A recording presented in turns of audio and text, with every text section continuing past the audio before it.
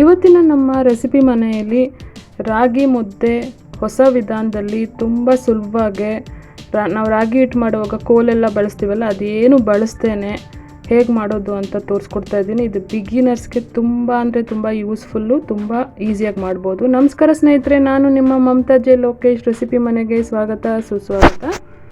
ಇವಾಗ ರಾಗಿ ಮುದ್ದೆ ಹೇಗೆ ಮಾಡೋದು ಅಂತ ನೋಡೋಣ ಬನ್ನಿ. ಮೊದಲಿಗೆ ಇಲ್ಲಿ ನಾನು ಒಂದು ಪ್ಯಾನ್ ತೊಗೊಂಡಿದ್ದೀನಿ. ಅದರಲ್ಲಿ ಈ ಬೌಲ್ನಲ್ಲಿ ನಾನು 3 ಬೌಲ್ನಷ್ಟು ಅಂದರೆ 3 ಕಪ್ನಷ್ಟು ನೀರು ಸೇರಿಸ್ತಾ ಇದ್ದೀನಿ. ಇನ್ನು ಗ್ಯಾಸ್ ಆನ್ ಮಾಡಿಲ್ಲ ನಾನು. ಈ 3 ಕಪ್ನಷ್ಟು ನೀರಿಗೆ ನಾನು 2 ಕಪ್ನಷ್ಟು ರಾಗಿ ಹಿಟ್ಟನ್ನ ಸೇರಿಸ್ತಾ ಇದ್ದೀನಿ. ನೋಡಿ, ಫಸ್ಟು ಒಂಚೂರು ರಾಗಿ ಹಿಟ್ಟು ಸೇರಿಸಿ ಸ್ವಲ್ಪ ಮಿಕ್ಸ್ ಮಾಡ್ತೀನಿ ನಾನು ನೀರಲ್ಲಿ. ನೆನಪಲ್ಲಿರಲಿ, ನಾನಿನ್ನು ಗ್ಯಾಸ್ ಆನ್ ಮಾಡಿಲ್ಲ.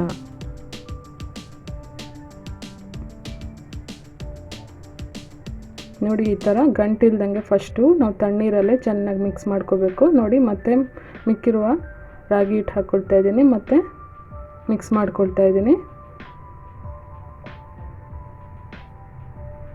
ನೋಡಿ, ಇನ್ನೂ 1 ಕಪ್ನಷ್ಟು ರಾಗಿ ಹಿಟ್ಟು ಸೇರಿಸ್ತಾ ಇದ್ದೀನಿ. ಇಲ್ಲಿ 2 ಕಪ್ ರಾಗಿ ಹಿಟ್ಟಿಗೆ 3 ಕಪ್ನಷ್ಟು ನೀರು ಸೇರಿಸ್ಬೇಕು. ನೀವು ಇದೇ ಮೆಷರ್ಮೆಂಟಲ್ಲಿ ನಾನು ಹೇಗೆ ಮಾಡಿದ್ದೀನೋ ಹಾಗೆ ಮಾಡಿದ್ರೆ ಪರ್ಫೆಕ್ಟಾಗಿ ಬರುತ್ತೆ ರಾಗಿ ಮುದ್ದೆ. ನೋಡಿ, ಈಗ ಗಂಟಿಲ್ದಂಗೆ ಚೆನ್ನಾಗಿ ಈ ಥರ ಮಿಕ್ಸ್ ಮಾಡ್ಕೋಬೇಕು. ನೋಡಿ, ನಾನೆಲ್ಲ ಮಿಕ್ಸ್ ಮಾಡ್ಕೊಂಡಿದ್ದೀನಿ.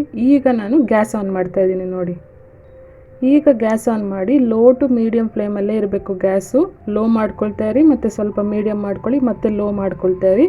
ಚೆನ್ನಾಗಿ ಈ ಥರ ಮಿಕ್ಸ್ ಮಾಡಬೇಕು. ಸ್ವಲ್ಪ ಹೊತ್ತಾದ ನಂತರ ಒಂಚೂರು ಉಪ್ಪು ಹಾಕ್ತಾಯಿದ್ದೀನಿ, 1 ಸ್ಪೂನಷ್ಟು ತುಪ್ಪ ಹಾಕ್ತಾಯಿದ್ದೀನಿ. ಇದು ಆಪ್ಷನಲ್ಲು, ನಿಮ್ಗೆ ಇಷ್ಟ ಇದ್ದರೆ ಉಪ್ಪು ತುಪ್ಪ ಹಾಕ್ಕೋಬೋದು, ಇಲ್ಲಾಂದರೆ ಹಾಗೆ ಮಾಡ್ಬೋದು.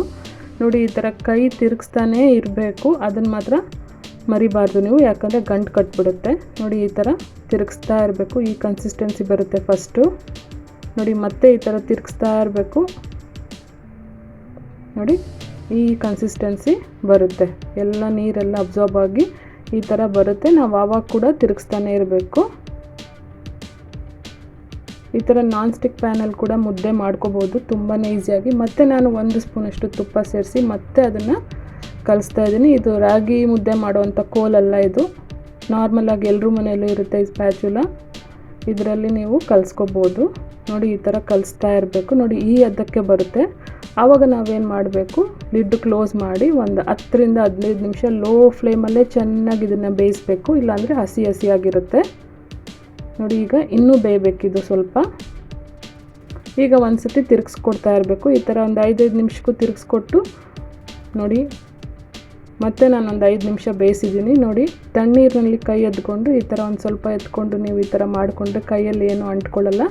ಸೊ ಇವಾಗ ಅದು ಚೆನ್ನಾಗಿ ಬೆಂದಿದೆ ಅಂತ ಅರ್ಥ. ನೋಡಿ, ಎಷ್ಟು ಈಸಿಯಾಗಿ ರಾಗಿ ಮುದ್ದೆ ಮಾಡ್ಬೋದು ಅಂತ. ಈಗ ಸ್ಟವ್ ಆಫ್ ಮಾಡಿಬಿಟ್ಟು ನಾನು ಹಾಟ್ ಬಾಕ್ಸ್ನಲ್ಲಿ ಮುದ್ದೆ ಮಾಡ್ಕೊಂಡು ಹಾಕ್ಕೊಳ್ತಾ ಇದ್ದೀನಿ. ಇದನ್ನು ಯಾಕೆ ತೋರಿಸ್ತಾ ಇದ್ದೀನಿ ಅಂದರೆ, ಹಾಟ್ ಬಾಕ್ಸಲ್ಲಿ ಫಸ್ಟು ಈ ಥರ ಒಂದು ಪ್ಲೇಟ್ ಹಾಕೋದ್ರಿಂದ ನಾವು ಮುದ್ದೆ ಇಟ್ಟ ಮೇಲೆ ನೀರೆಲ್ಲ ಅದು ಪ್ಲೇಟ್ ಕೆಳಗಡೆ ಹೋಗ್ಬಿಡುತ್ತೆ. ನಾವು ಪ್ಲೇಟ್ ಇಟ್ಟಿಲ್ಲ ಅಂದರೆ ಮುದ್ದೆ ಇಟ್ಬಿಟ್ಟು ನಾವು ಲಿಡ್ ಕ್ಲೋಸ್ ಮಾಡಿದ್ರೆ ನೀರಾಗೇ ಇರುತ್ತೆ ಮುದ್ದೆ ಕೆಳಗಡೆ. ಅದಕ್ಕೋಸ್ಕರ ನೋಡಿ, ಒಂದು ಪ್ಲೇಟ್ ತೊಗೊಂಡು ಸ್ವಲ್ಪ ನೀರು ಸವಸ್ಕೊಂಡು ಈಗ ಸ್ವಲ್ಪ ಎತ್ಕೊಂಡು ನಾವು ಮುದ್ದೆ ಮಾಡ್ಕೊಳ್ಳೋಣ. ಏನು ಅಷ್ಟೊಂದು ಬಿಸಿನೂ ಇಲ್ಲ, ಆರಾಮಾಗಿ ಮುದ್ದೆ ಮಾಡ್ಕೋಬೋದು. ಏನಾದರೂ ಬಿಸಿ ಆದರೆ ಒಂಚೂರು ತಣ್ಣೀರಲ್ಲಿ ಕೈ ಅದ್ಕೊಳ್ಳಿ. ನೋಡಿ, ಈ ಥರ ರೌಂಡಾಗಿ ಸ್ವಲ್ಪ ನಿಧಾನವಾಗಿ ಬಿಸಿ ಮಾಡ್ಕೊಳ್ಳಿ. ಏನಾದರೂ ನಿಮಗೆ ಕಷ್ಟ ಆದರೆ ಸ್ವಲ್ಪ ನೀರು ಕೈಗೆ ಅಂಟಿಸ್ಕೊಂಡು ನೀವು ಮುದ್ದೆ ಮಾಡ್ಕೋಬೋದು. ನೋಡಿ, ಎಷ್ಟು ಚೆನ್ನಾಗಿ ಬಂದಿದೆ ಅಂತ ಮುದ್ದೆ, ಎಷ್ಟು ಈಸಿಯಾಗಿ ಮಾಡ್ಬೋದು. ನೋಡಿ, ಈಗ ನಾನು ಕಲ್ಲು ಮೇಲೆ ಮುದ್ದೆ ಮಾಡ್ತಾಯಿದ್ದೀನಿ, ಅಂದರೆ ಸ್ಲ್ಯಾಬ್ ಮೇಲೆ ಮಾಡ್ತಾಯಿದ್ದೀನಿ. ಸ್ವಲ್ಪ ನೀರು ಹಾಕ್ಕೊಂಡು ಮುಂಚೆ ಆಲ್ರೆಡಿ ಚೆನ್ನಾಗಿ ಒರೆಸ್ಕೊಂಡಿದ್ದೀನಿ, ಸ್ಲ್ಯಾಬ್ನ ತೊಳ್ಕೊಂಡಿದ್ದೀನಿ. ಮತ್ತು ಒಂಚೂರು ನೀರು ಚುಮ್ಕಿಸ್ಕೊಂಡು ಮಿಕ್ಕಿರೋಂಥ ರಾಗಿ ಹಿಟ್ಟನ್ನ ಹಾಕ್ಕೊಂಡು ನೋಡಿ, ಈ ಥರ ಕೈ ಸ್ವಲ್ಪ ಒದ್ದೆ ಮಾಡಿಕೊಂಡು ಆರಾಮಾಗಿ ಮುದ್ದೆ ಮಾಡ್ಬೋದು. ನೋಡಿ, ಎಷ್ಟು ಮೆತ್ತಗೆ ಎಷ್ಟು ಚೆನ್ನಾಗಿ ಬಂದಿದೆ ಅಂತ. ತುಂಬಾ ಚೆನ್ನಾಗಾಗುತ್ತೆ, ಈಸಿಯಾಗಿ ಮಾಡ್ಬೋದು. ಸ್ವಲ್ಪ ಹೊತ್ತು ಅಲ್ಲೇ ಇದ್ಕೊಂಡು ನಾವು ಕೈ ತಿರುಗಿಸ್ತಾ ಇದ್ದರೆ ಅದೇ ಸ್ವಲ್ಪ ಕಷ್ಟ ಆಗುತ್ತೆ ಅಷ್ಟೇ. ಇಲ್ಲ ಅಂದರೆ ಮುದ್ದೆ ತೊಳಸೋ ಅಷ್ಟಿರಲ್ಲ, ಮುದ್ದೆ ಕೋಲು ಯೂಸ್ ಮಾಡೋ ಅಷ್ಟಿರಲ್ಲ. ಎಷ್ಟು ಈಸಿಯಾಗಿ ಮಾಡ್ಬೋದು ನೋಡಿ, ಗಂಟು ಕಟ್ಟಲ್ಲ. ಈ ಥರ ನೀವು ಕೂಡ ಒಂದು ಸತಿ ಮುದ್ದೆ ಟ್ರೈ ಮಾಡಿ. ಈ ಮೆಷರ್ಮೆಂಟಲ್ಲಿ ಹೇಗೆ ಬಂದಿದೆ ಅಂತ ಕಮೆಂಟ್ ಬಾಕ್ಸಲ್ಲಿ ತಿಳಿಸಿ. ಲೈಕ್ ಕೊಡೋದನ್ನು ಮಾತ್ರ ಮರಿಬೇಡಿ. ಆದಷ್ಟು ಸಬ್ಸ್ಕ್ರೈಬ್ ಮಾಡ್ಕೊಂಡು ನೋಡಿ, ನನಗೆ ಸಪೋರ್ಟ್ ಮಾಡಿ. ಮುಂದಿನ ಒಂದು ಒಳ್ಳೆ ರೆಸಿಪಿಗೆ ನಿಮ್ಮನ್ನು ಭೇಟಿ ಆಗ್ತೇನೆ. Happy day.